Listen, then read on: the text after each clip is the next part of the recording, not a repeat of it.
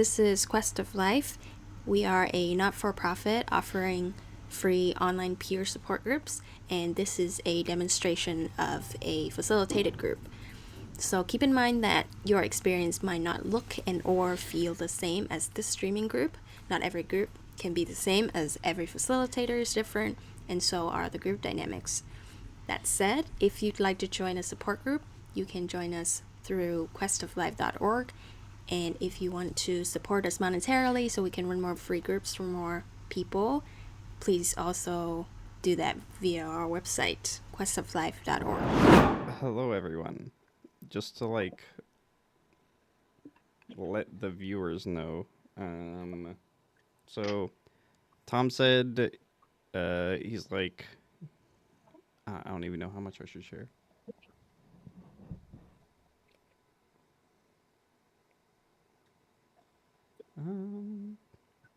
Yeah, he's just like not interested in mental health stuff right now.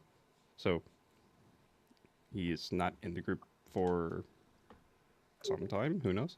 Uh, Second, we don't have a good overlay for these 5 members, so we are in black. Sorry, or you're welcome, whichever applies. Um, yeah. So first, usually I ask group members how you feel about like the other member like leaving, but Tom didn't leave, so I just wanted to check in if anybody wants to say anything about that.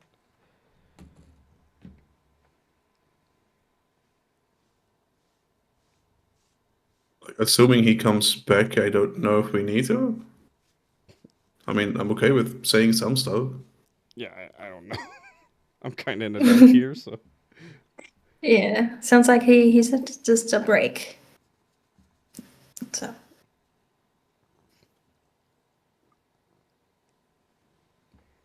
cool. All right. Uh,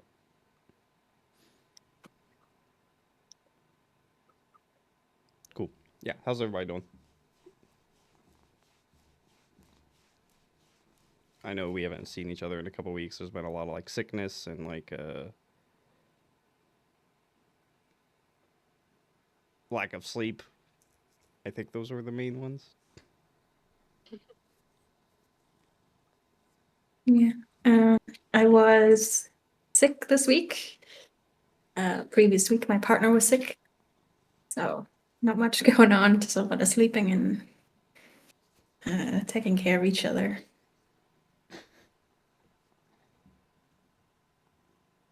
Yeah.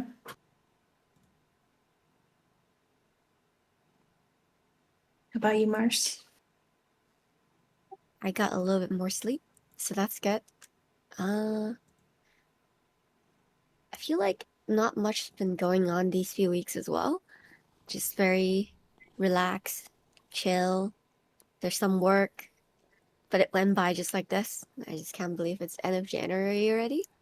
So that's where I am at. And pass it to Pam. Thank you. Um, hmm. I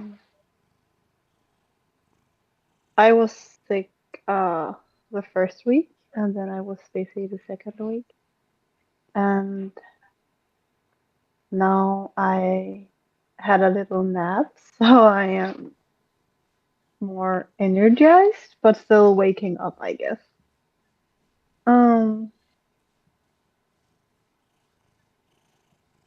mm, yeah, I think that's where I'm at. Um, I would send it forward to Raymond. I have caught a cold, so I'm a little sniffling today. The past few weeks have been up and down.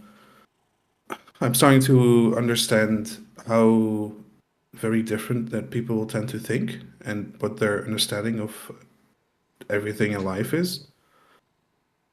So like,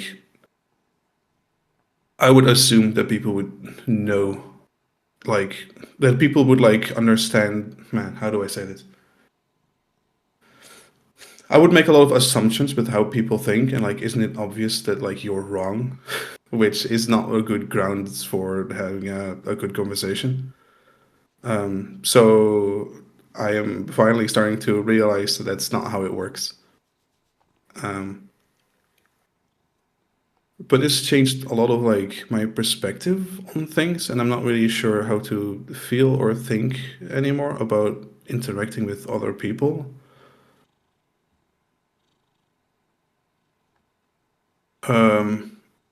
And a whole bunch of other stuff that might get into like political things, which I don't know if we want to get into.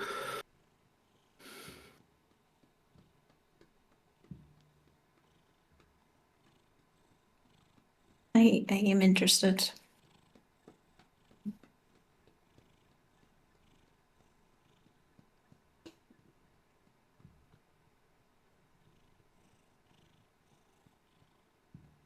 Did anyone have any like? So I know Raymond had some like.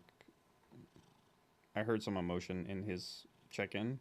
Did anyone else have like anything eventful happen, or because like over a month or like a couple weeks, that tends to be a longer time frame for something to happen?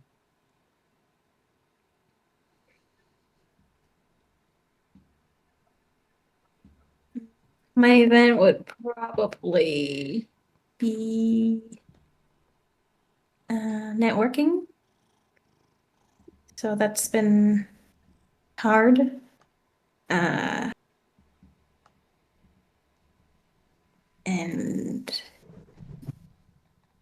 interesting because I've been learning like this certain small things that would make my experience better. Like for example, prioritize talking to NGO people. They're more likely to be kind and yeah.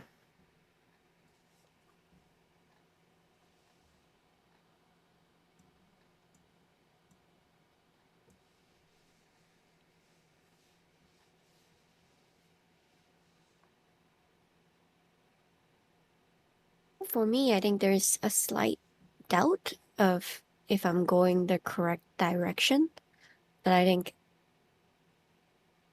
it's something I'm still contemplating on, and it's not like a huge thing, but it's just like a small voice in the back of my mind, like, is this right?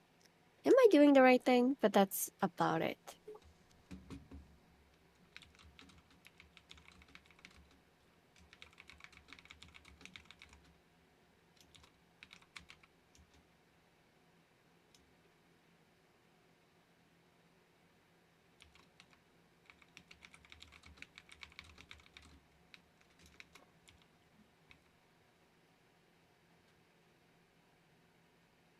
Anything from you, Pam? Mm,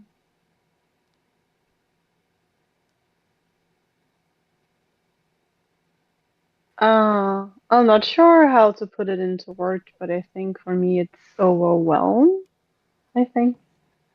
Um, and just feeling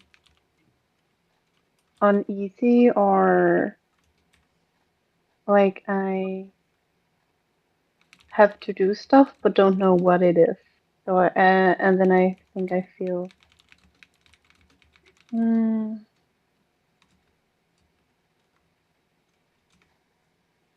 the opposite of focused. So I guess scattered, not sure what to focus on. Um, and that makes it hard to put things into words because I don't know what to do or put into words.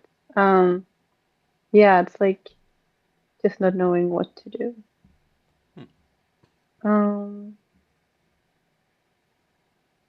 I don't know what topic would be.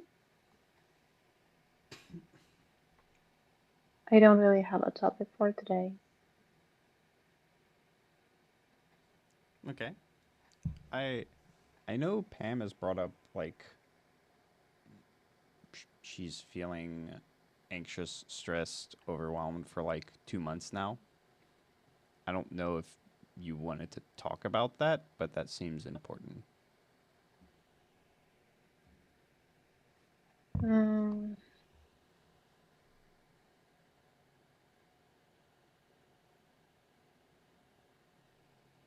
I think maybe one day, but at the moment I'm not comfortable doing it online, like live. Cool. But thank you for asking. By the way, did my cat knock my camera up? Am I further up than usual? Maybe a little bit. Okay. I think so too, maybe a little bit up.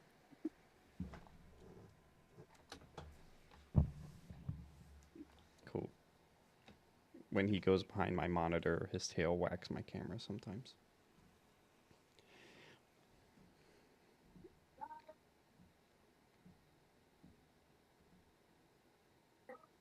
Cool. How's everybody feeling? What do you guys want to talk about or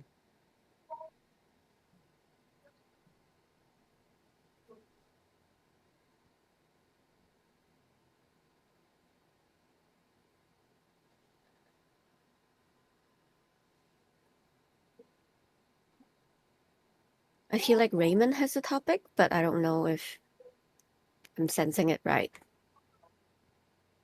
Yeah, I do have I do have a topic that would be interested in talking about. I think it might even relate a little bit to yours because it is. I think like at the end of the day, my topic is rooted in like not really knowing if what I'm doing is the right thing. I guess.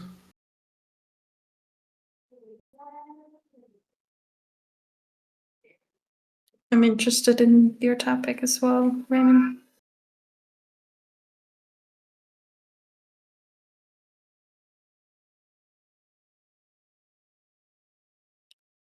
Yeah, I'm open to it as well. I'm curious if you guys have topics as well.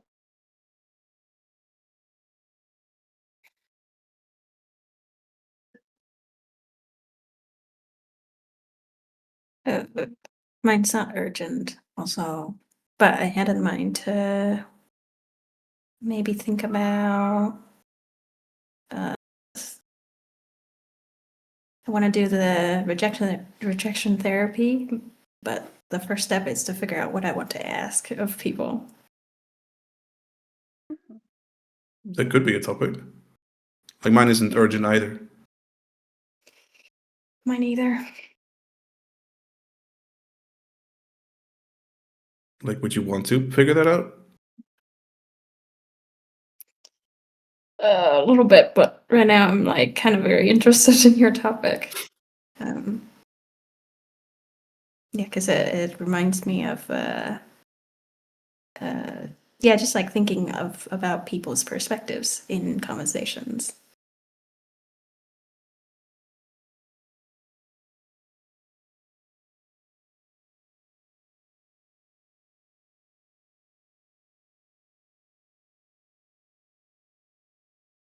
cool? So, Raymond, what's well, actually, first, you mentioned like political stuff. Uh, I just want to check base with everyone here. Like, what am I checking base on? Do you feel safe talking about political stuff?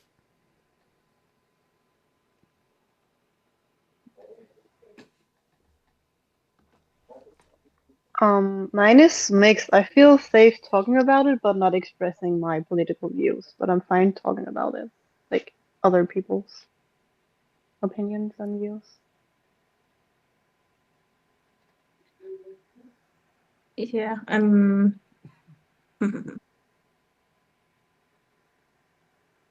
thinking. I think personally for me, I don't think I'd be, or will I? I'm not sure, but I'd envision this conversation to be more about the perspective and less about politics. So that's just like an example of what was said, not like let's have feelings about Yeah. our beliefs. That would be my point. Yeah, like I don't want to turn this into a Cool. political argument. Nice. Cool. So it sounds like that won't really be a problem. Nice. In that case, yeah. What's going on, Raymond? Yeah, so I'm hearing a lot of discontent when it comes in regards to politics. And it's very obvious that politics is like doing a whole lot of bad stuff. But I think that politics is also doing a whole lot of good stuff. I feel like if we're talking about healthcare and stuff, if we're talking about subsidies, if we're talking about like incentives and economy, I feel like government is doing a whole lot of stuff that is super complicated. And like many people have an opinion about politics without knowing anything about it. And that irks me because it feels like people should do some research on it before having such a strong opinion about it. But then I get into like the what I call like the theory of mind.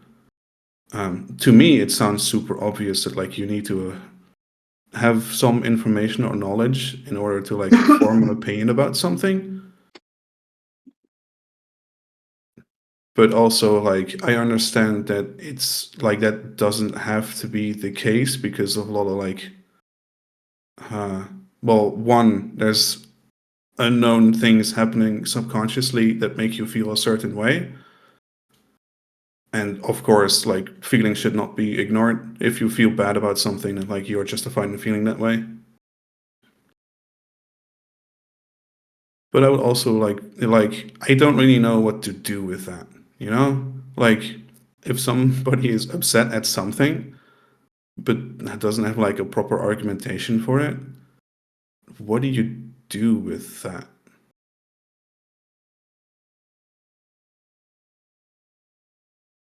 Yeah, I think that's a good starting point.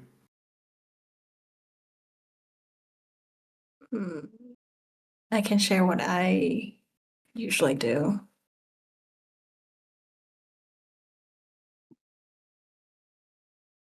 Go for it. So my understanding is people have strong opinions about things.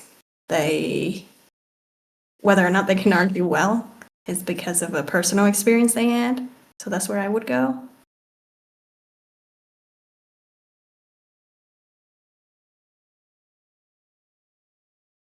Yeah, so you would go into, if I'm understanding correctly, you would go into their experiences that made them feel that way?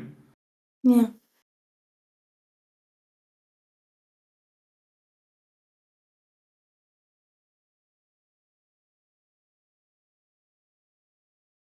I have the opposite approach, Oh. which is what do I want from this conversation, right? Like, why am I asking? Yeah, like this person has a different belief than me. Then, like, what am I trying to do here? Both is valid, I think. Yeah, I was Yeah, gonna. yeah. I was gonna justify what I said with like it's something to do, but it's not always like a satisfying result. Because then I have to listen to like if they're really not aware that they're very emotional about this, then I have to listen to that because I asked.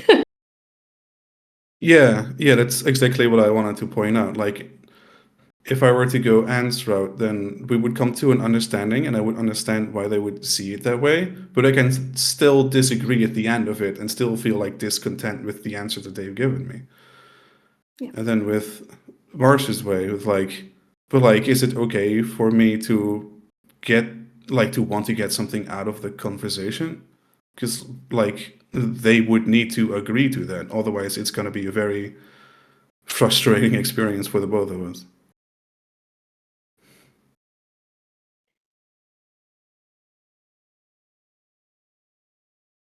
Yeah, then I think it's the question of, are you okay with being disappointed?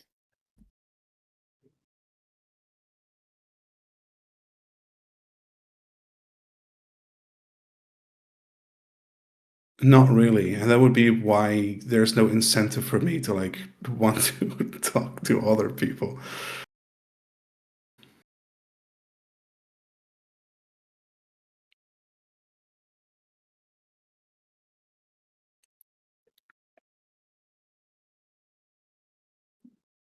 So the incentive to talk to other people is for them to have similar point of view as you, or being able to have like being on the same page, I guess.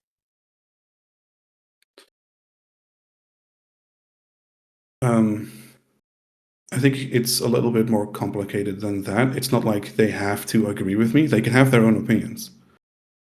I would like to understand those opinions and like have it less less grounded in what's the word I'm looking for? Vibes. In like yeah, exactly. Less grounded in vibes and more in like information and facts.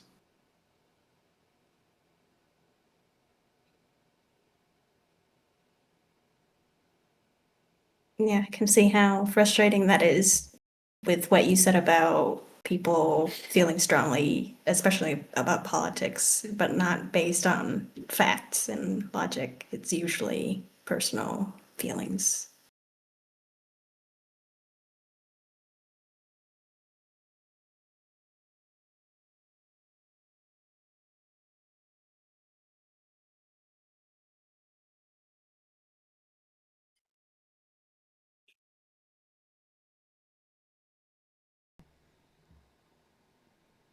I'm curious how you feel when people don't have uh like grounded arguments. I feel very conflicted because like on the one hand I'm like yeah, I agree with you that like what you're saying sounds like complete bullshit. But on the other hand, I'm like, "Ah, but you don't know why that is the case or why that happened or like, man, you're wrong with like your understanding of that situation. Like, I want to correct them and help them understand, I guess. And that is like where the productivity of the argument would be, I think, because now we're having like a conversation about conflicting points of view.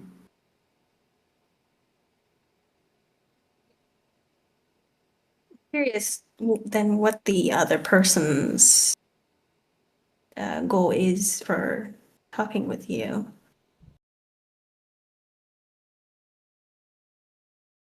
Yeah, I have no idea. It 9 out of 10 times it feels like people don't want to have that conversation, which is also like why I brought it up the way that I did in this instance, because like it feels like a lot of other people also don't want to have any conflict when talking to someone else.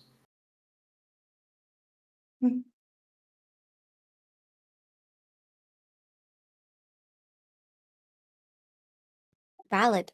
I was just about to point out how I feel as well. I was like, oh, uh I'm quite avoidant today. And then I also feel like when conflicts, when I can like assume there's going to be a conflict, I just go, okay, why do I want to talk about it? And then at the end, I would convince myself that I don't really want to talk about it. And then I don't talk about it.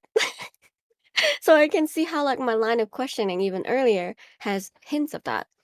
So no, but then it does feel really sad because like there's things you want to talk about. You want to be on the same page as other people and connect, but them not able to connect with you. Yes, exactly. And then I would get into the deep, like, slow burning discontent within myself of the stuff like I want to talk about, but don't really have anyone to talk about. And like, there's no real incentive because it's gonna be probably a bad conversation.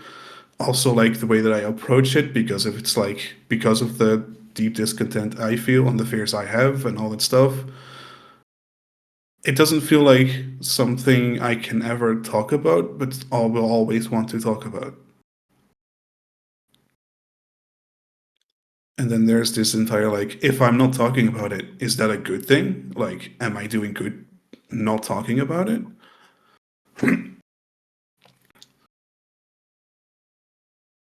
Or should I say fuck it and just talk about it?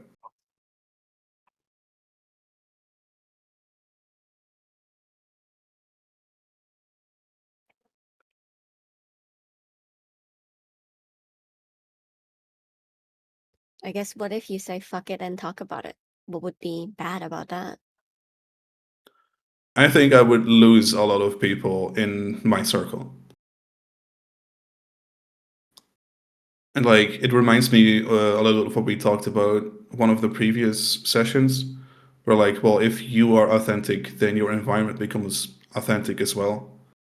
And like, that is a much more pleasant way to go about your life. But also, it feels terrifying to start taking steps for that, because like, yeah, losing people over something as like opinions and stuff, that like, if my understanding of the entire situation changes, then like maybe I in the end I agree with them, and it's like such a stupid thing to lose friends over. I think, regardless of the opinion being different, the core problem there to me is not feeling heard. So, if you don't have the same opinion as them, then you don't feel heard. So, you can like align your opinion with them, but I think that problem will spawn again. Yeah, that has been my experience as well. Yeah.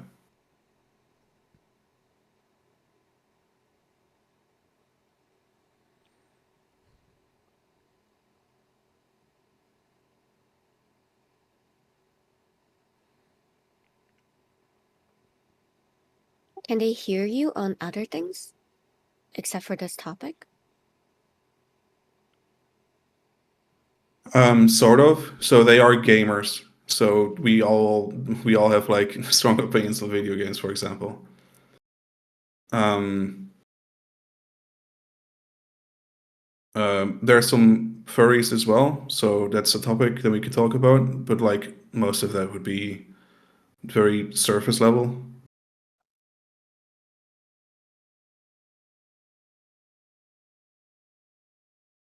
Yeah, so like there are other topics I could talk about that we would that would be more okay, I guess.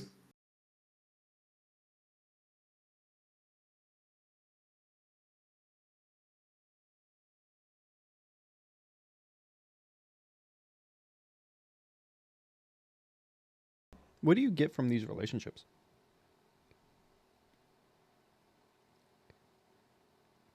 Um, a sense of belonging that staves off the fear of not belonging anywhere. Do you belong? I don't know. Yeah, I think that makes sense. Because it's hard because you're not actually like stable, but you're like stable enough to not want to risk it. Exactly. Yes. Yeah.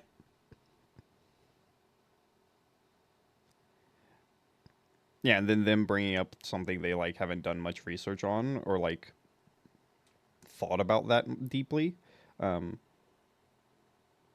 it upsets you, and then like the real you kind of comes out, but it doesn't feel like it like helps the situation. So you're just like left with like bitterness at the end.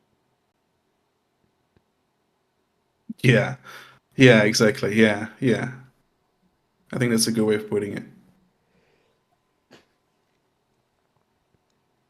I don't know if anybody here resonates with any of what I'm saying, or if I'm just the only one here. Yes. I'm not sure. I was waiting for someone else, but no one said anything. I was trying to think because I think like politics, and then I was searching my brain for my experience about this. But I think when you frame it as like your goal to belong, and then but there's a thing that you really want to talk about, and that will risk the belonging, then that I can resonate with. Yeah.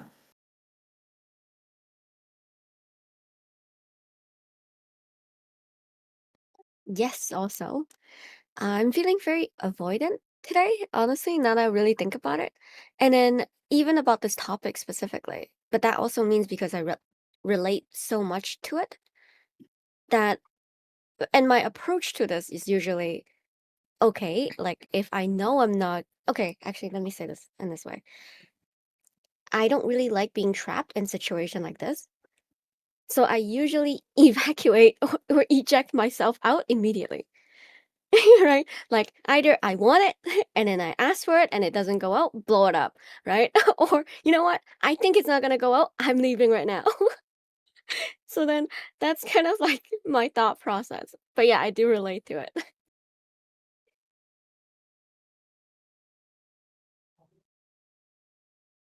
I would say that framework I relate to it as well. With yeah,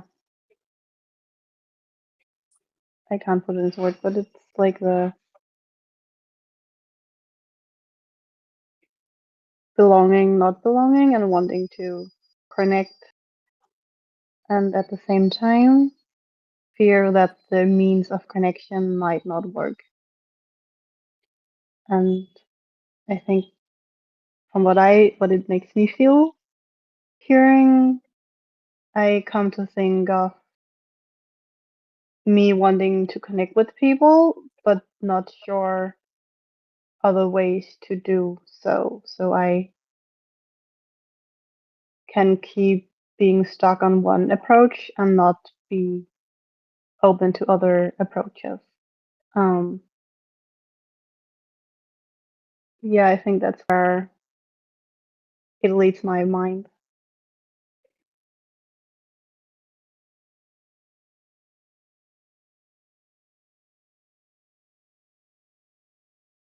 It's interesting that Mars framed it as like feeling trapped.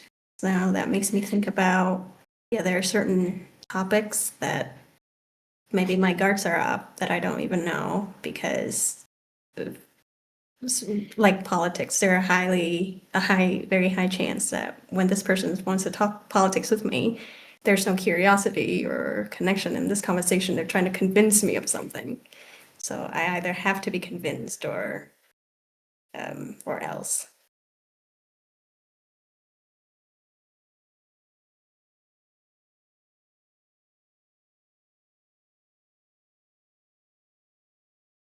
Yeah, I resonate with that regarding talking about politics. That is definitely an experience of a common approach to talking about politics. The having to be convinced or having to agree. Like it's a conversation that's hard to have two opinions and still have a discussion where both parties' sides are accepted. Like it's not that it always is like that, but I just tend to experience that that's often a common way a discussion would go.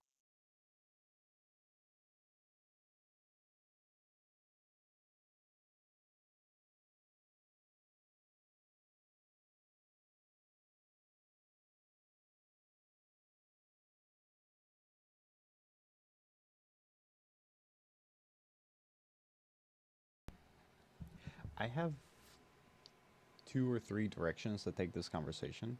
I just want people's perspectives on it. Um, the first one is a topic of hiding yourself to belong. Second one is how does it feel when you guys do talk to these like hyper adamant people? And then the third is just like I'm curious everyone's experience because everyone related.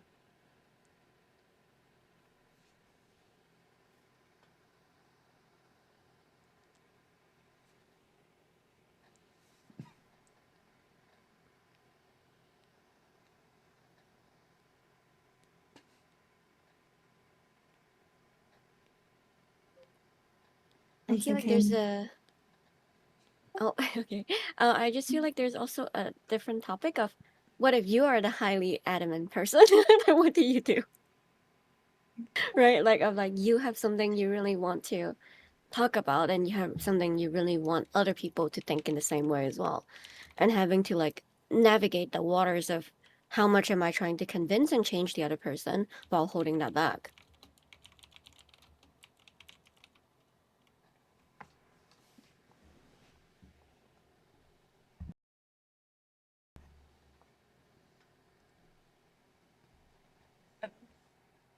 So I think, yeah, this feels hard to like focus on something I don't know say will be applicable. But I'm thinking of, so from this conversation so far, I think I just noticed that I never really developed a political view as a strategy to deal with people who have strong opinions about this. It also probably because growing up I had, well, my family had a strong view about politics in Vietnam that, for lack of better words, like shoved down my throat. And so I think I cause as I learn more about the other side point of view, it starts to make sense to me why people have such strong opinions. And there's just no way to change their mind, because I'd be like dismissing their personal experience.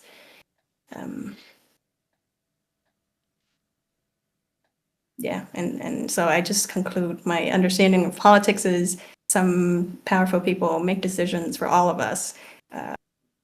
Obviously, it's not going to go well for some people, and they're going to have a problem with it. So people, yeah, like you can't win, basically.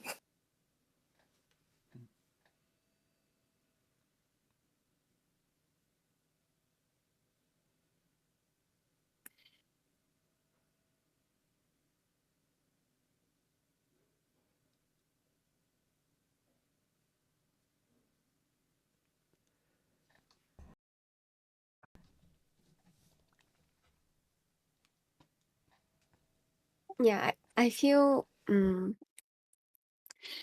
politics is just like one spectrum of things. But I think with any argument, right, where you feel like you cannot win or like the other person just wouldn't get it, there's for me, like I have similar automatic response of like, then we shouldn't talk about it because there's no way the conversation is gonna go well. And that's how I like relate to this politics conversation because it's like, okay, let's say if I wanted to talk to my family about something, it's like, okay, that's not gonna go well, then I might as well just not talk about it. And or I feel very strongly about it, and then I go for it, and I also know that they're not gonna take it well, but I'm doing it regardless to like express how I feel, which I'm also okay with. But I also have to be okay with like them not taking it well, because if I'm not okay with that, I'm putting myself in more misery.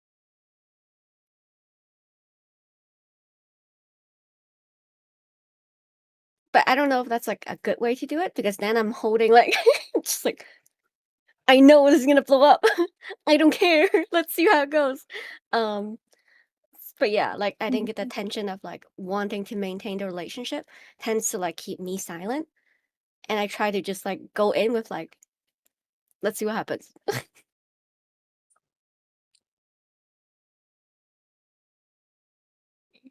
But I guess it spawns. Sorry, just a small note. I think it spawns from the assumption and belief that other people won't be able to like be on the same page as me, or like they won't listen to me. Because like there's also like a chance, right, of the person actually listening and hearing you out. But I think I like think that possibility is so low since like because of my experience. So that's kind of how I go with things. Like Annie can go ahead.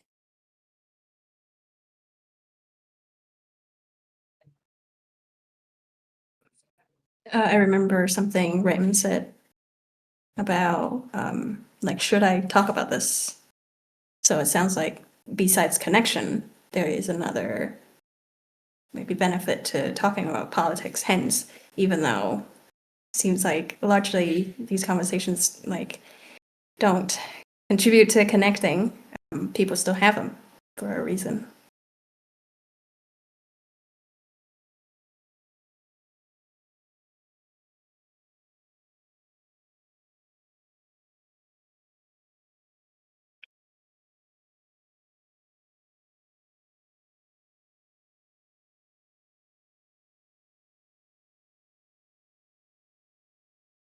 I don't know if that's a question or a statement.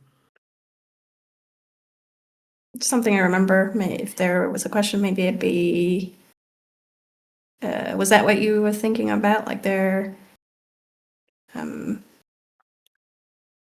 yeah, like there is a reason why you want to talk about this. Yeah, I think that like for me it's self-expression and wanting to know about it. Because like it is an interesting topic, and well, I mean, I feel like that's a part of what makes it self-expression.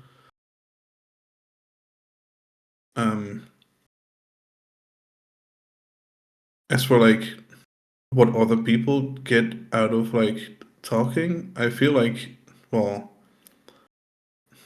there's stuff that I get and there's stuff that I don't get. Like a sense of belonging is like very clear to me. That would be like a very good reason to hang out with friends. I understand that like hanging out with friends, it tends to be like a good time with like jokes and some small talk and like some interest in what they're doing in their personal lives and stuff.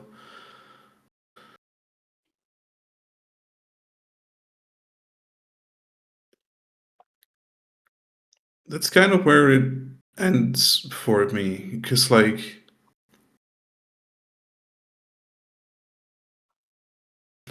most of my friendships are online, and it sounds like most of the friendships aren't really that deep. It's more of like, hey, whoever has some time to spend with whoever has some spare time just like hops into a voice chat and then they have a good time together. I don't understand how that works.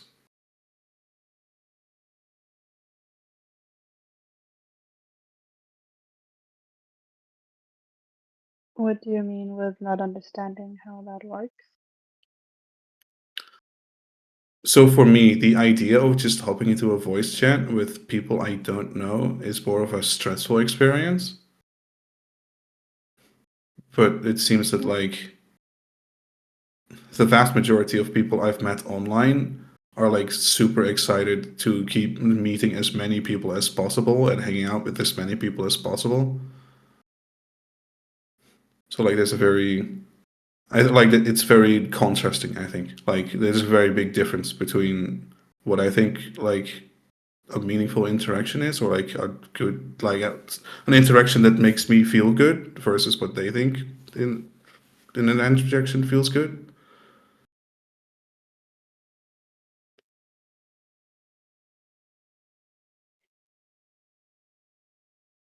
Yeah, it feels like you want to connect more deeply with another person, but then for them, it's more like chill vibes.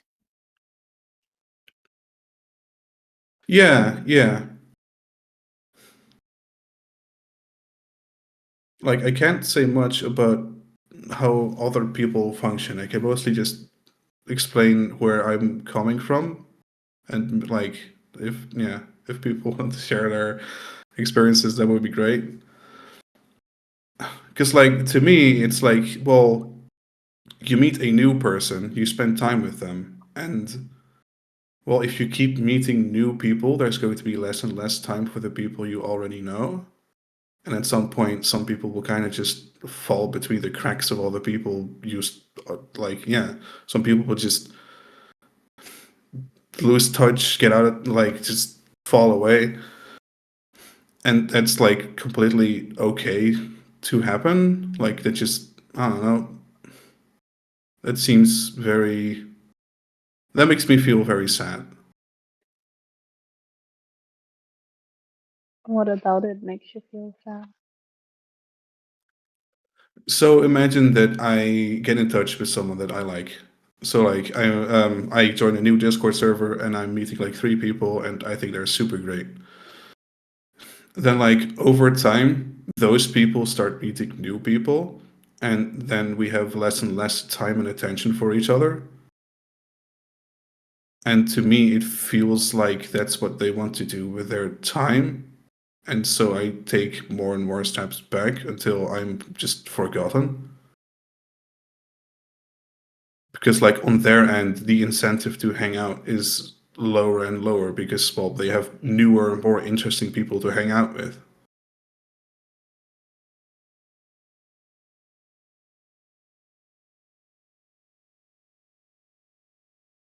So I'm sorry, but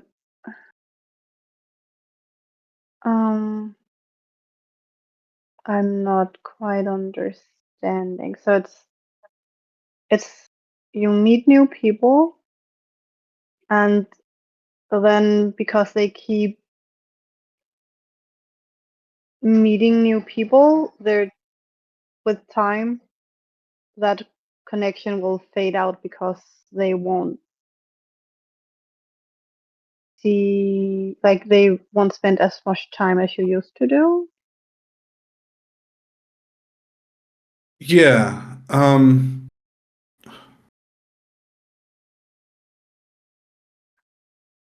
try to use a more clear example. So I met this friend and we hit it off right away. We talked for hours and hours.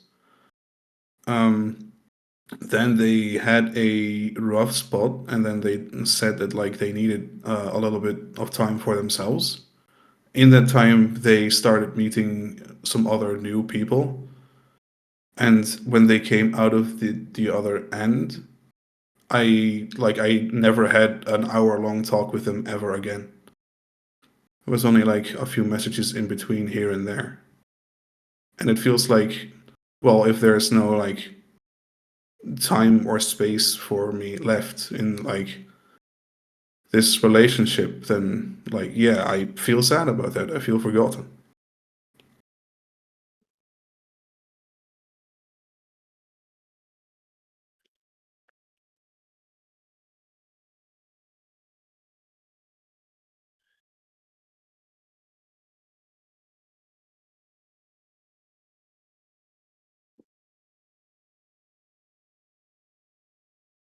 Maybe I'm a suspicious, cautious individual.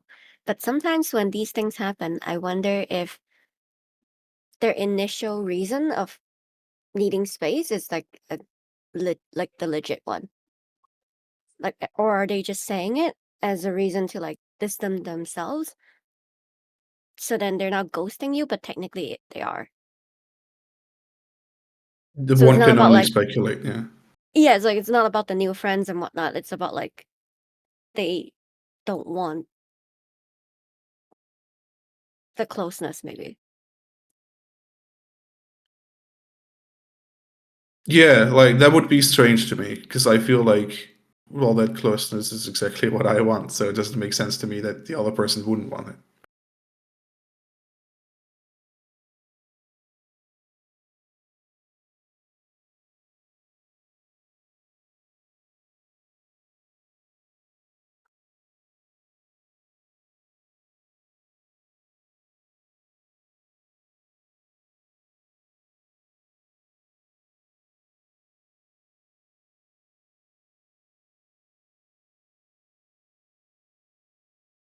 So when a situation like that happens, what hurts the most?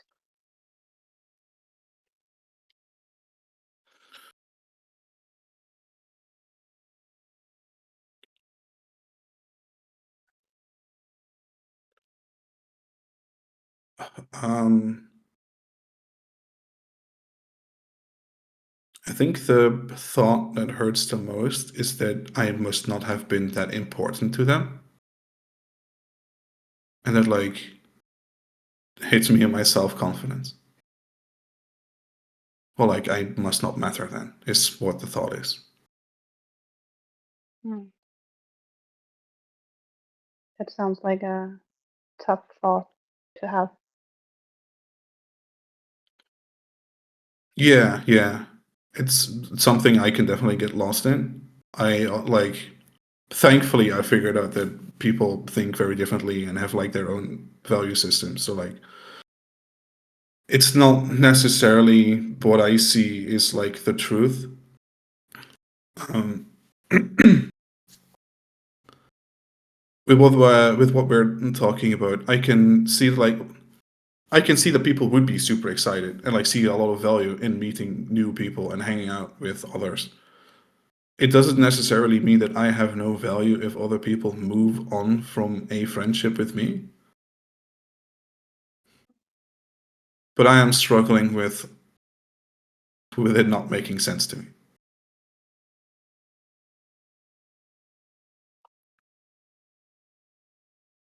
Hmm. Like the uncertainty in what happened between that space where where no like interaction was happening. Yeah, yeah. Like this friend where I used to talk hours and hours with, like, why aren't they doing that anymore? Hmm.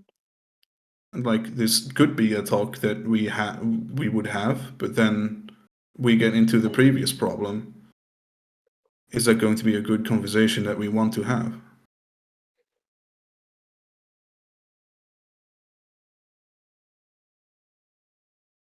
Hmm.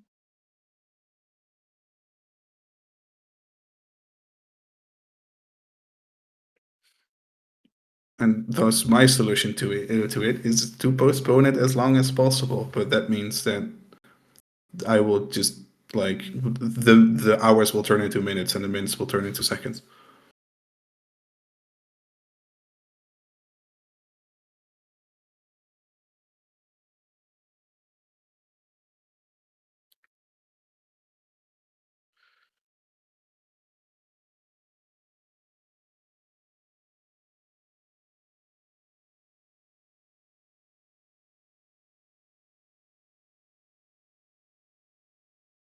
How would that conversation go if you do have one with this person? I feel like it would feel accusatory in the way that I would bring it up, because like there's a lot of hurt and negative feelings coming in that they would feel like they need to solve. Because I think that like if I were to bring up with like, hey, why like we used to talk hours and hours and I'm feeling sad by this, is something that a lot of people would look at and go like, okay, this is a conversation that's happening. What are we doing here? What are we trying to get out of here? What is he trying to do? What am I trying to do? And then like careful navigation happens, but it's a lot of like unspoken words and analyzing, and I might feel unheard during the conversation because they're trying to solve a situation that, well, they're trying to, I don't know, like they might get defensive and be like, well, I don't really see your side, but this is why I did the things that I did, which I don't understand. But then I feel unheard, so I will like reiterate about my understanding and my side of things. And then it would be like a very frustrating back and forth where we're not really listening to each other. That would be one possible way of it to go. Another is like, well, I'm feeling sad by this, and then they're like offering solutions and like solutions that wouldn't really work because, well, they want to keep their lifestyle and maybe I should see things differently.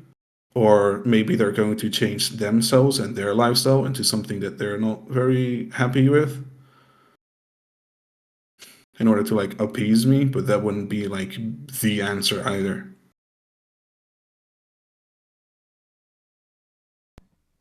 So, in that conversation, it seems like your motive is to reconnect. When it's unclear if they even want to reconnect. Which, yeah, if you bring up like, hey, I feel hurt, and this person is like, I'm cool with the distance of this relationship, then you bringing that up is just going to cause more tension, and they will try to navigate it to maintain the distance. Yes.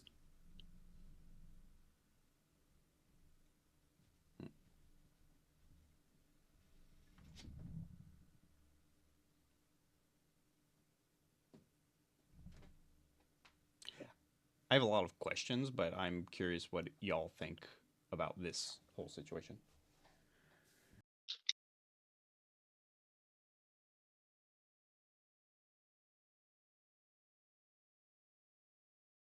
I'm feeling like a sense of stuck in why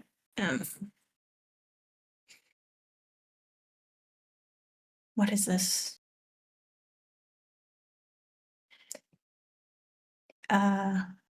Like wanting to have deep connection and having to work really, really hard, and it's just not working. And like you're stuck at every point, like every conversation is like a trap. Like it's, yeah, it's just not happening. It's really frustrating, devastating.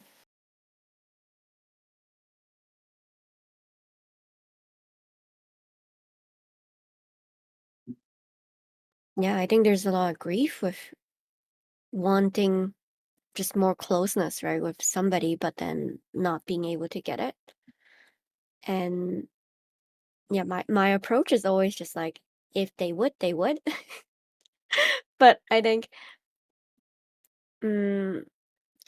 that's after like really sitting with the grief itself.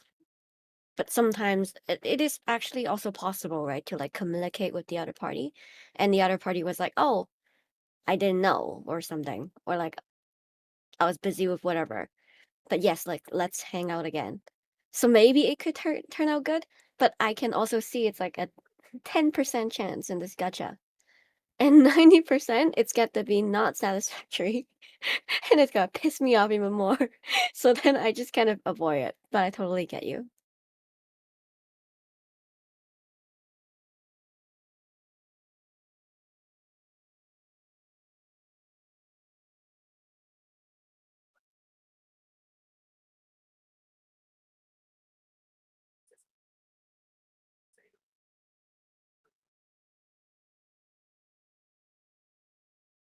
I think for me, I relate a lot to it. Um, and I guess for me, I think it's funny because I relate a lot to what Remus is saying, and I like it sounds like things I could say to myself in some relation. Like it sounds like things I would say as well in some relationships I experience, but I'm having a hard time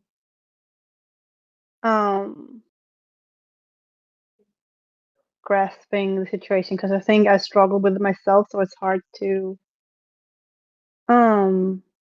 navigate it for me, and I think that's why I have a hard time reflecting back and understanding.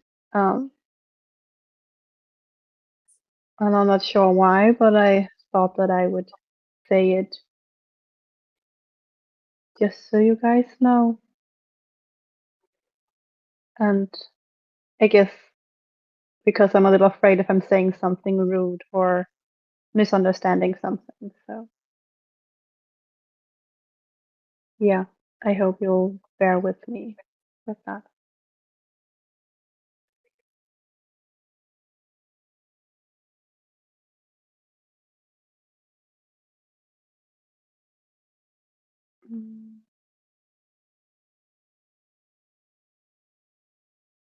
I guess I'm also saying it because I am the situation where I want to connect, but I'm feeling it's more logical than emotional, and that's atypical for me. So yeah, that's unusual. I am reflecting a lot.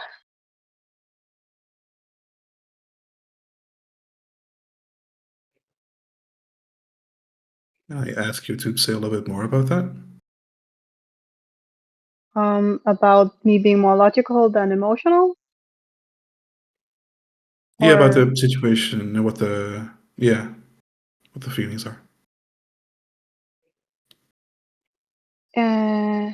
yeah. Um. Hmm. I guess it's hard for me to know where to start. Uh, but I relate to um. hmm, hmm.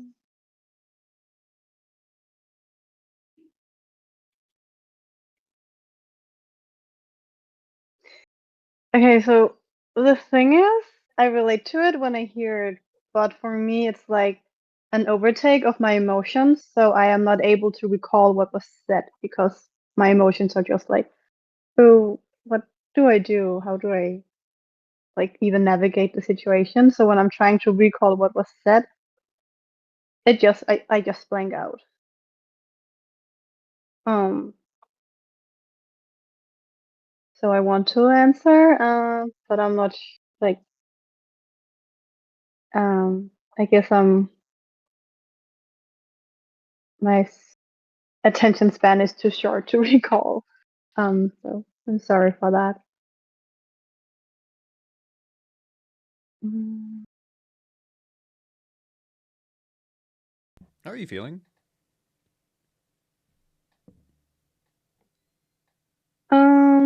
Hmm. I would say I'm feeling inadequate for not being able to recall it. Um, yeah, like the specific words said. Hmm. And then I am anxious and scared that because I'm not able to do that, I am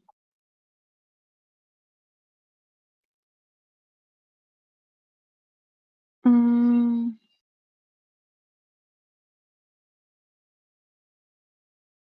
offending people, and then I am going around in circles, I guess, or trying for that not to happen. Um, yeah, Yeah, it sounds like you're slowly I guess getting that. more stressed. Yeah, true. um, yeah. So I guess for me it would be a good idea to give the stage back to Raymond, and then I'll bring it up again if it pops up. So I will take myself off stage so I'm not stressing myself out further.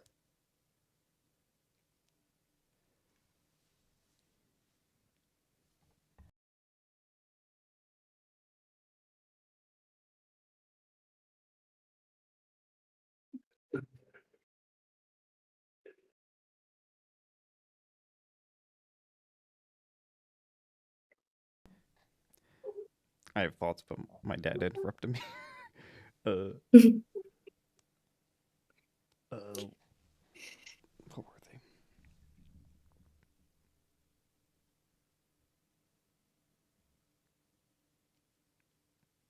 Yeah, I don't really know what this means, but I don't know if you like should give it to Raymond. I understand it feels safer, but I'm not sure you need that type of safety. Like, I don't think this problem gets resolved with that. I definitely think that, like, in the moment, if you feel like this is too far, you can definitely cut it off.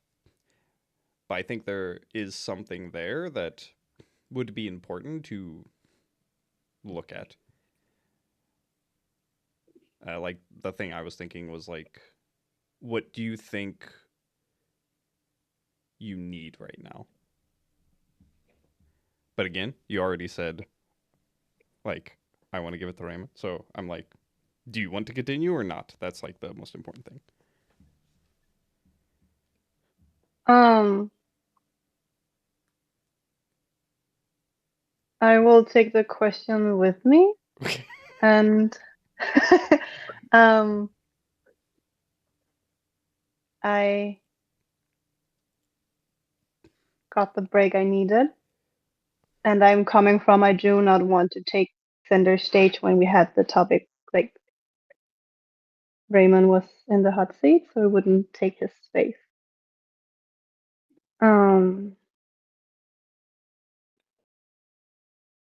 And I felt like I was doing that because I kind of spiraled out. And that was why. And to answer your question, I would prefer to uh hmm,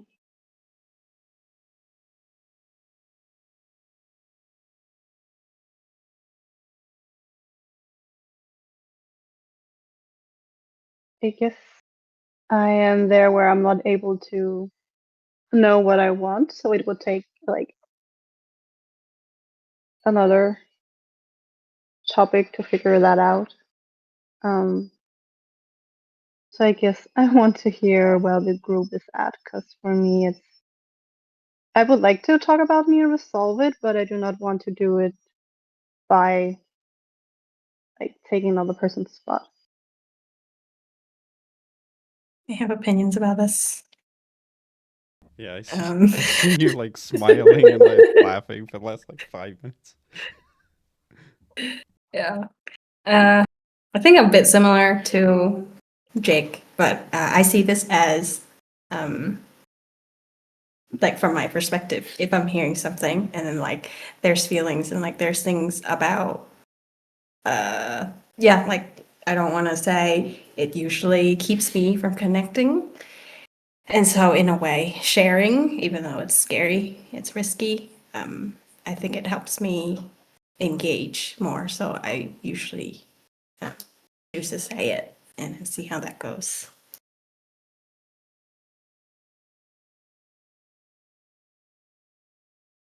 Yeah, I totally agree with that opinion.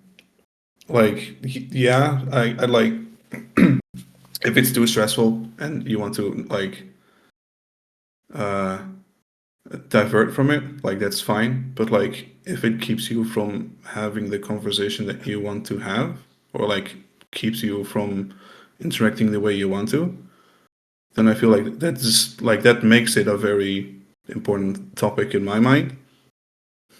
So yeah, that would be my opinion.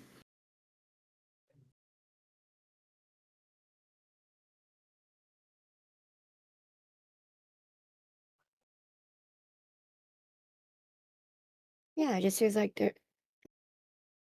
It just feels overwhelming because there's so much going on in your head, right? There's so much chaos and conflict, but then the conflict doesn't get resolved. Like it can escalate, and then at some point you kind of like shut it down. And to me, it kind of sounds like, well, I guess the question would be, actually, yeah, it just sounds like you relate so much to the topic, but you also think speaking your mind about it is like the wrong move. So then you like hold back, trying to like get back on track. But it's like so hard to like get back on track because there's a feeling of like how you feel and what you're thinking currently is like not the correct dialogue option or something.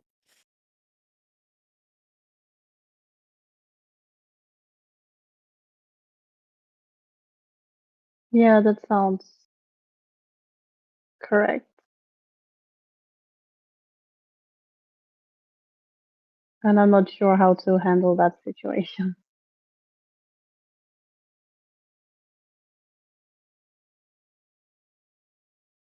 So what makes it incorrect? Mm. it makes it incorrect because I want to give Raymond the space he wants and needs. Um, so me having so much emotions, I would be assuming is incorrect of me to express because that would, I'm not sure how to put into words, but like it would overtake the stage, which it did, and then I spiraled. Um, so that's what I see as incorrect, is like not being able to contain or regulate my own emotions in response to how I feel and react to what I'm hearing. I feel like this relates to like the overall topic as well, right? Of like the adamant person, right? Of like, there's something I really want to talk about, there's something I really feel, but I don't know how much I can assert myself and it being correct or incorrect, I guess, in this case. Nice connection. Or tying things together.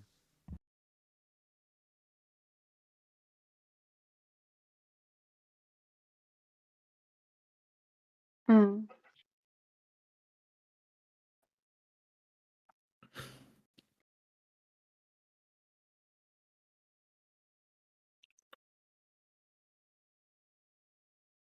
I'm thinking of how today, the way that I participated, I don't think it would pass my standards usually. I don't think I did a lot of reflecting. I couldn't really feel connected. I didn't really ask any good questions. But overall, for some reason, it feels like I'm happy that at least I participated, even though not to the standards I want. Yeah, because otherwise I was thinking the other scenario is I would just not say anything. Then I would really spiral.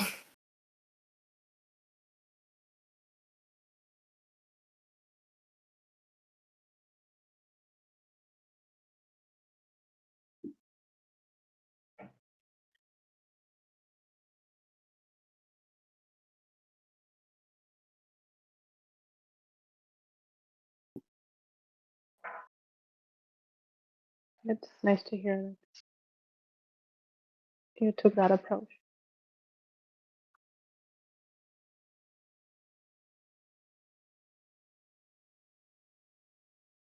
Yeah, it just feels like a lot of pressure, right? Like to do the right thing, which I think us being facilitators or coaches doesn't help this conversation, like this situation, because you feel like you have to find the right approach, but also participate, which then means you have your own emotions and whatnot.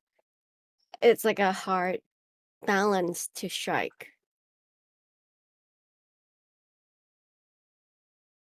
Yeah.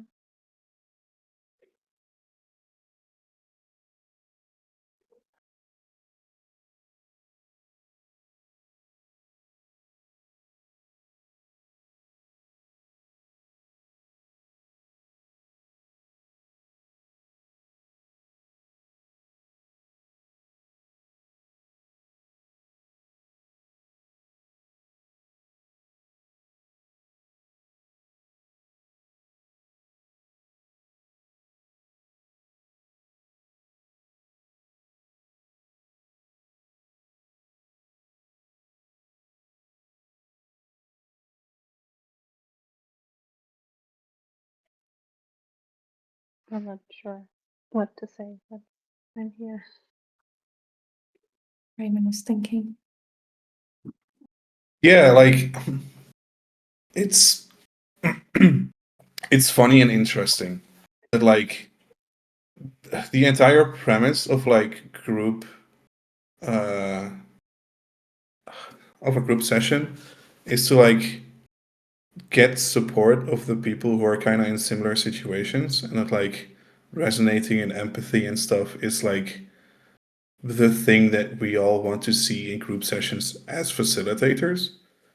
But then when we're all here as clients, I guess it's yeah, it feels like not the right thing to do or like not useful. So it's interesting to be like there's the exact mirror of like, well, if you're a facilitator, it's like, oh, people are resonating and oh, they're like all like, you know, sharing their own experiences. Like, this is super helpful. This is exactly what I want to see out of my group. To then like see be next to the person in the hot seat, to then be like, I have like stuff that I want to share. Like, there's a lot of like experiences for myself that like come up and like I want to talk about, but like, man, I feel like I can't.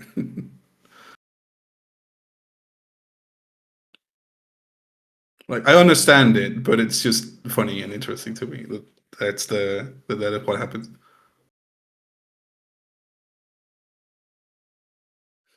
Like, if I wasn't in the hot seat, it would be a lot it would be much more difficult for me to start and share my own experiences, start talking about my experiences as well. Yeah, I think in groups, they are best when it's natural flow. And I think that usually takes highest priority, but it's hard to start a session and say, start talking, get along. So it's like difficult. Um, that's why I think if if the conversation starts flowing, I would prefer you guys to abandon the topic and allow the conversation to flow.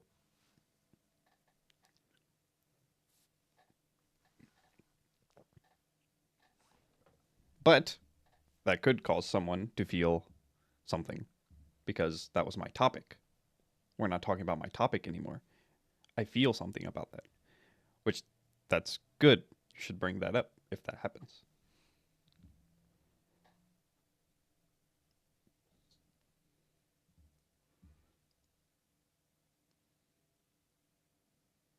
Like, for me, that is the hardest part. Mm-hmm. Yeah, I mean that's half the conversation has been about you like hey, I want to bring something up, but I can't.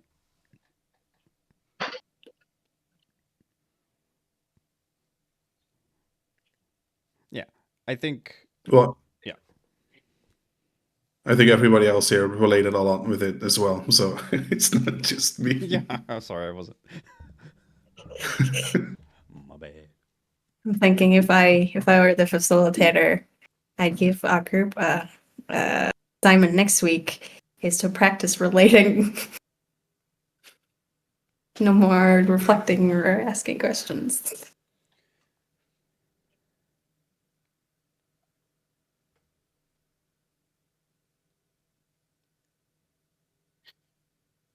Yeah, I think there's just a lot of like terror because like it just feels like everyone wants to be themselves, but you're so afraid of what's right and wrong that you can never be yourself.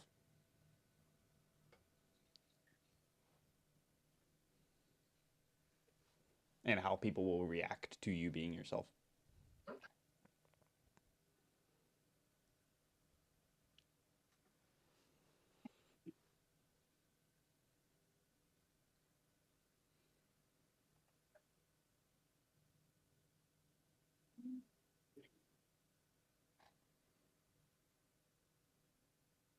Yeah, I think there's a lot of doubts too of like if I'm sharing too much or if I'm like overtaking a topic, then like I'm doing something wrong, not just because of the reaction of other people, but I also deemed it as wrong. And I'll be like one of those people that I don't like. So thus like there's some self-auditing that's going on internally before self-filtering as well, before like saying the thing.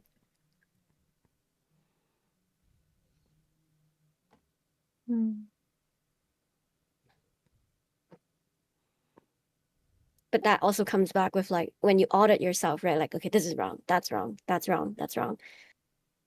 Then I have like 6 thoughts that are just wrong, not to find like the right answer, which creates even more stress as like the conversation goes. Because then you're like 0 for 6, right? Or like 1 for 6. And then 2 for 12. 3 for, you know, like it just kind of keeps going. Yeah. Inadequacy also will start to ramp too. Like just emotions will start ramping because like you just aren't allowed to exist. You'll start feeling like suffocated, oppressed. You'll start feeling like inadequate, insecure, worried, nervous. Eventually you'll be hopeless because like I keep trying and nothing ever works.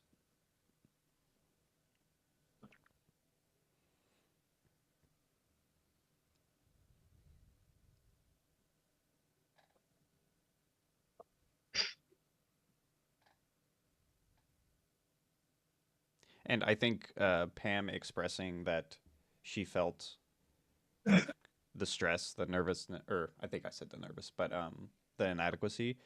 I think that helped open up the conversation a bit.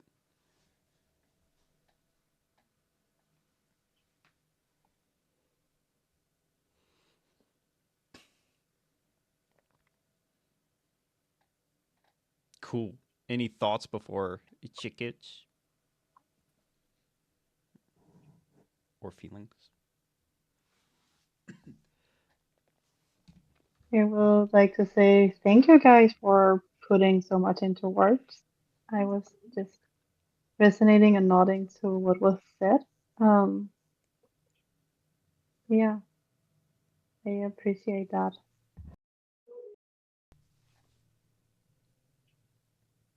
And I feel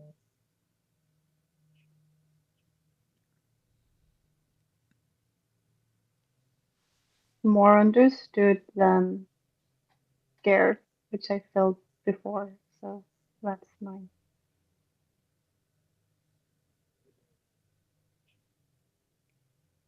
Or less scared and more understood. Cool.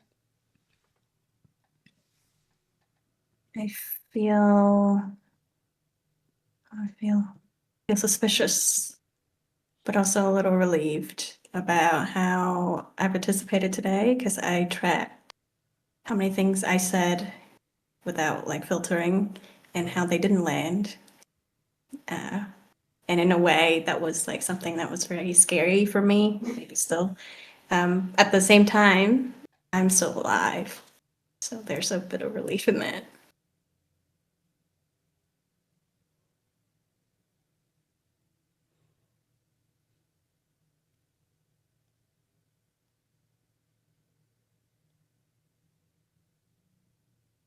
I think interesting that like I was kind of surprised you said it didn't land like a lot of the things you said when I felt like it was natural. Like nobody said anything that was like out of place or anything, but I guess your experience of it is like very different.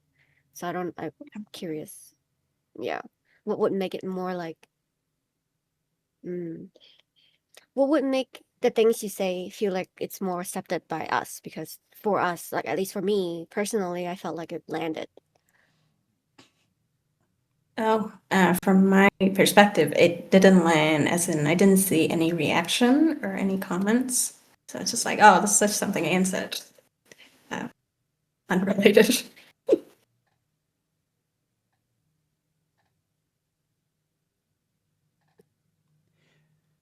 I think you saying I'm still alive really puts into perspective how hard it is for you to be yourself. And how it feels like life or death. And you're like, whoa, I'm still alive. Which implies like it's terrifying enough for you to not feel like you could survive. Yeah.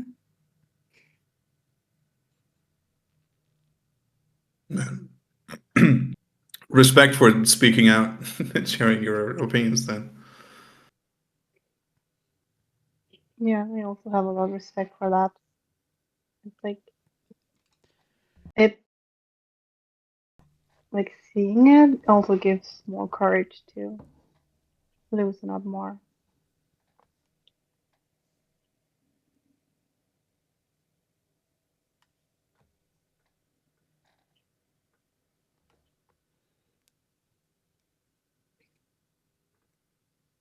Yeah, this was a great conversation for me. Sometimes I forget. Sometimes I forget that I'm technically always right. if I if I stand in my own corner, I'm always right, regardless of like the other person's reaction. So then, or like in a sense, like when I say always right, it means there's a reason why I say the thing I say. And even if I'm like wrong technically, then I can learn from it. But that needs to happen. So me being wrong is the right thing to do. That's like I'm always right. It's how I communicate with my critic nowadays. I forgot sometimes.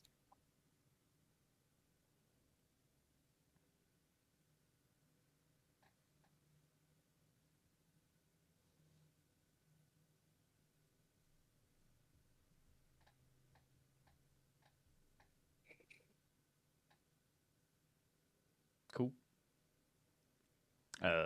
Does anyone have anything else you wanted to include for the checkouts?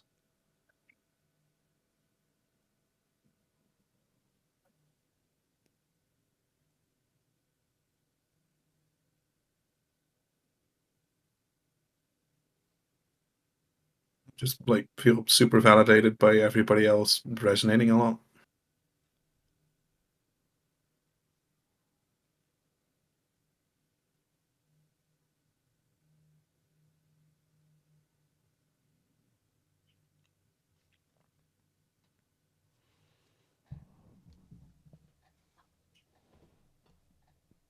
Cool.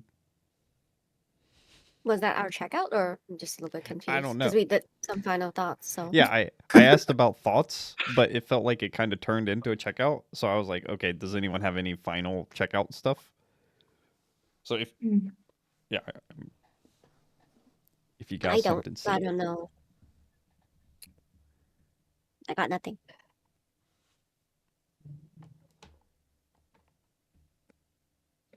Same. I've got a few things that like I think of saying, but I'm not really sure of saying, so I'm gonna say fucking and just say them anyway. Get wrecked. Yeah.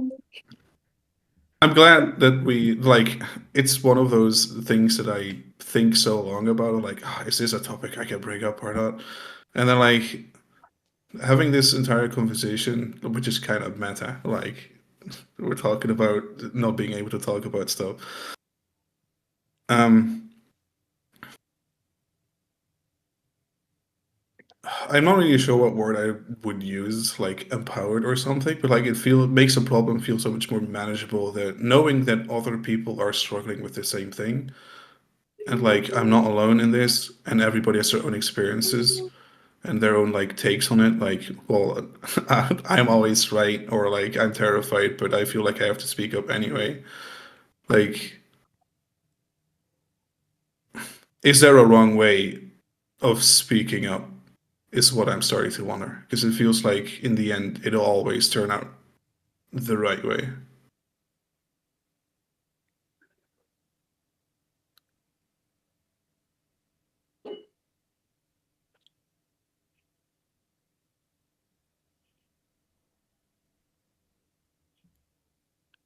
That would be my checkout. Cool.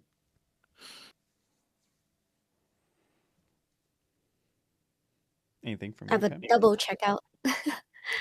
Oh, anything from you, Pam? Before I go, I guess. No, please continue. I feel like when things didn't turn out good in your childhood, like when you speak up your mind and then it didn't turn out great, it then creates like, okay, let's not talk about it. And then the more you don't talk about things, then the more you try to talk about things, it doesn't turn out great. And then it creates the same cycle of like, okay, I shouldn't talk about things then.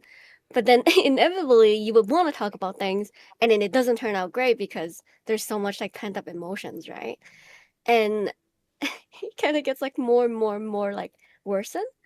And I think it's so tough because the healing journey is like doing that thing that probably won't turn out great the first few times.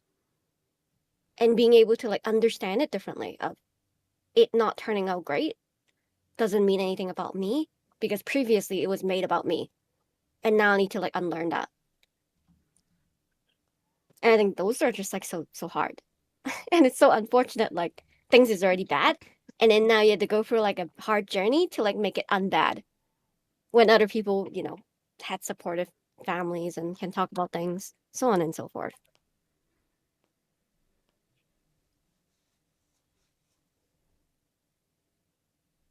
You said you had a double, right? That was it. That was Oh, double because okay. I had that one before. Oh, I agree.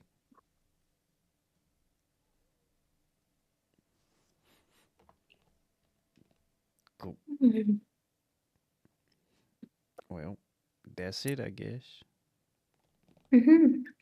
Can anyone check for Twitch show? There's been a whole bunch of messages. Hold on. Oh, that's what I'm talking about. We need some. So to just start, Yeah, go for it. I can start reading. I don't know how long we want to talk about this. If I don't know. How do you guys want to do this? Because we can like prioritize questions. We can prioritize like really empathic stuff. Um, we can just read everything. What do you guys want to do? Uh, anything goes for me. I have 20 more minutes before my next client, so there's that. I'm open to both. Sorry, my dad has a rivalry with my neighbor, and they just fell over, and I'm like, good riddance. Oh, that's some good stuff. So whatever easy for you, Raymond. Yeah, I could just start reading what was said from the top, and we'll see how far we get. Okay. So, Mindcraft Coaching says, I am that person sometimes who wants to meet lots of new people online, and sometimes old relationships fall through the cracks. So, I'll share my experience in case it's useful. For me, closeness and attachment is hard, especially someone new. I meet someone new and we hit it off. It's pretty effortless and fun at first. If it's someone I like, I tend to put up a ton of effort into the relationship, including emotional labor, and I enjoy that. And then over time, stuff happens in life. Anybody, any thoughts so far? Makes sense. Starting university was like this, and all of a sudden, my capacity plummets. All the things I was doing before, I can't sustain. And if I'm in survival mode, I become pretty introverted and avoidant. So I end up telling people I need space because I'm exhausted. And I rest. And as I start to feel a little better, I get lonely. But I'm not ready to go back into what I used to have with people because that feels like it's too much work, too many expectations at this point. That sounds rough. It sounds rough for the friends that like hung out with you so much before that.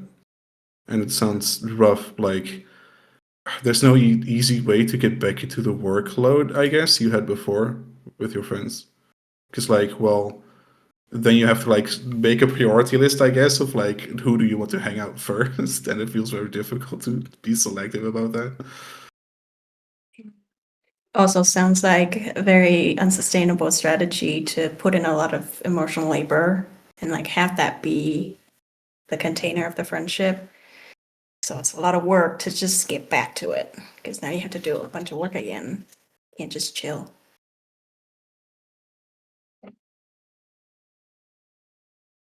Yeah, this goes back to like you just existing causes a bunch of problems, so it's just so much easier to just tolerate and not exist. Like put on the mask.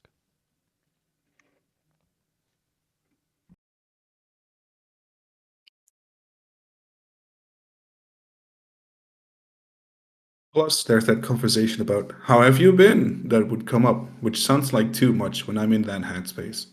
I'm usually not done processing everything about myself. So that's when I reach out to new people because I do need some social contact again, and new people come with no expectations. It's easy. With a random stranger on the internet, I can leave after 5 minutes if I want to. I don't have to meet a second time. With people I know, it feels like we're reconnecting, and so they'll want to hang out again soon. Which, like, it's not that I don't want that, but at this stage, it feels like too much.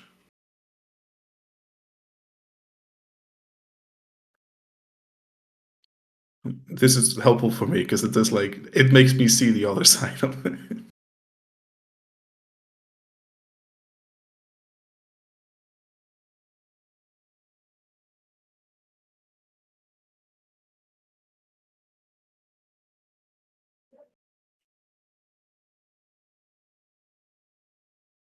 Is that And all? that whole situation.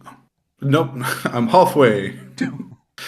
And that whole situation is kind of the trap because the more time goes on, the more I don't know how to reach back out. I also don't know what exactly I want to go back to because whatever I did before in the relationship now feels like a lot more than it did before. I don't know what the other person wants, so I either put it off or sometimes I reach out eventually, but it's usually hard to reconnect properly. I don't know exactly what I don't know what exactly changes. Sometimes the other person seems like they don't want to be there at that point. It's so funny that like that's the complete opposite of the conversation that we've just had. We're like, well, I don't want to reach out to you because, well, what if that goes wrong? And then you're like, well, I want to reconnect, but I feel like that conversation is gonna go wrong.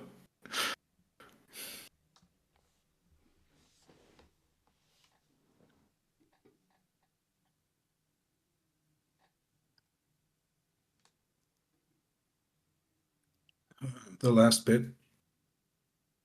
And sometimes we meet up again after the gap, and it no longer works for me for some reason. That's a very confusing one because I still care about them, but it's not as fun anymore, or feels like work, and I don't know how to navigate that. That's where we drift apart because I don't want to, and don't want to be friends, and don't know how to navigate that. If the other person keeps reaching out to me, I'd start a conversation about it. But if they're pretty passive, but if they're pretty passive a take, oh, I take that as a sign that they're not. I think it continues. They're not that interested either, and we drift apart. Thank you. In practical terms, I wish the other person had the skills/capacity to lead that conversation about what do we want to do. Sometimes the biggest barrier to reconnecting is that I anticipate having to do a lot of emotional labor in that conversation. So I avoid it because I'm only just feeling better and it could be overwhelming, which is scary. Yeah, so it feels like work. It yeah, it should feel like work because like there's a lot of like obligation you're feeling.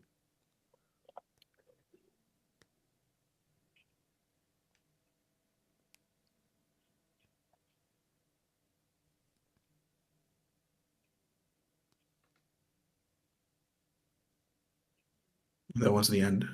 Cool. Any other messages or was it just that one person? As far as I can see, it was just a person. Cool.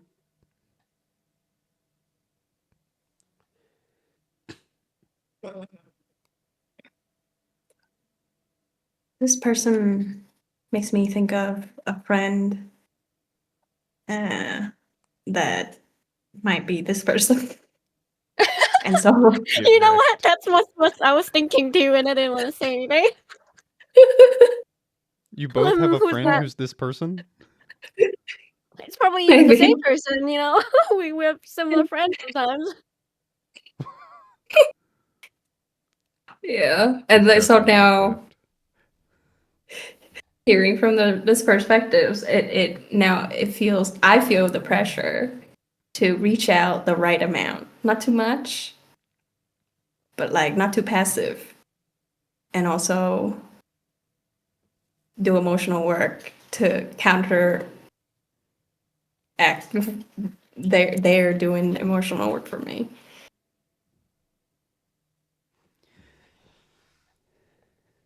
How would healthy me deal with that?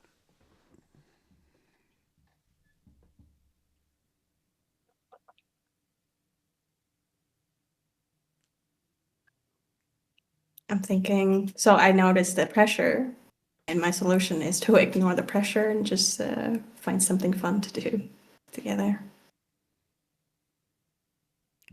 And are you talking Let them about deal with it. like being in the place of the person sending the message, or are you talking about the like a friend who has this person's friend? The latter. So I'm this person's friend. My Okay. job is to reach out. Yeah.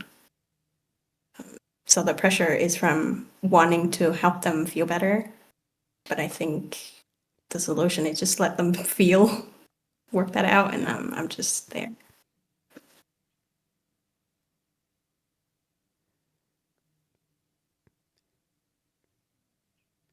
Yeah, I think if the person is afraid of like having a, I just label it existing. Like you're not allowed to have opinions. You're not allowed to like be yourself.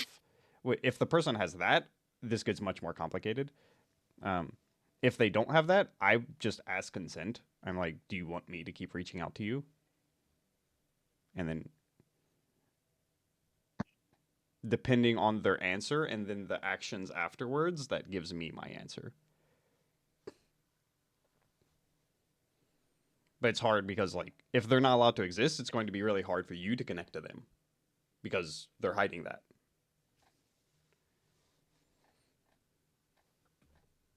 And like the only time you actually get that form of them is in the initial interaction, the like 3 hour meeting. Yeah, it's pretty hard.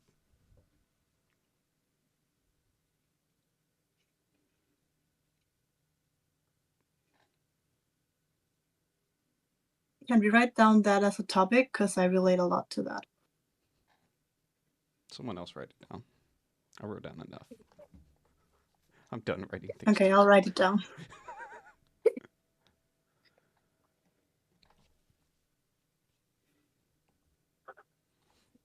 Cool. Any final things from anyone?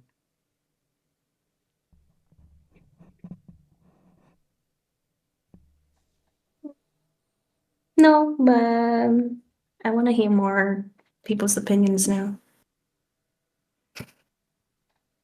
of you guys. Yeah, don't forget to comment your perspective. It helps us. It has nothing to do with the algorithm. You see what I did there? Mm-hmm. Very clever. Thanks. Sounds like me. Cool. All right. Well, everybody, I'll see you later. Later. Bye. Thank you for watching. Again, if you'd like to join a support group similar to this, you can join us through our website, questoflife.org. And if you'd like to support us with our mission, please consider donating and or volunteering. You can also do that via our website so that we can run more free groups for more people. Thanks.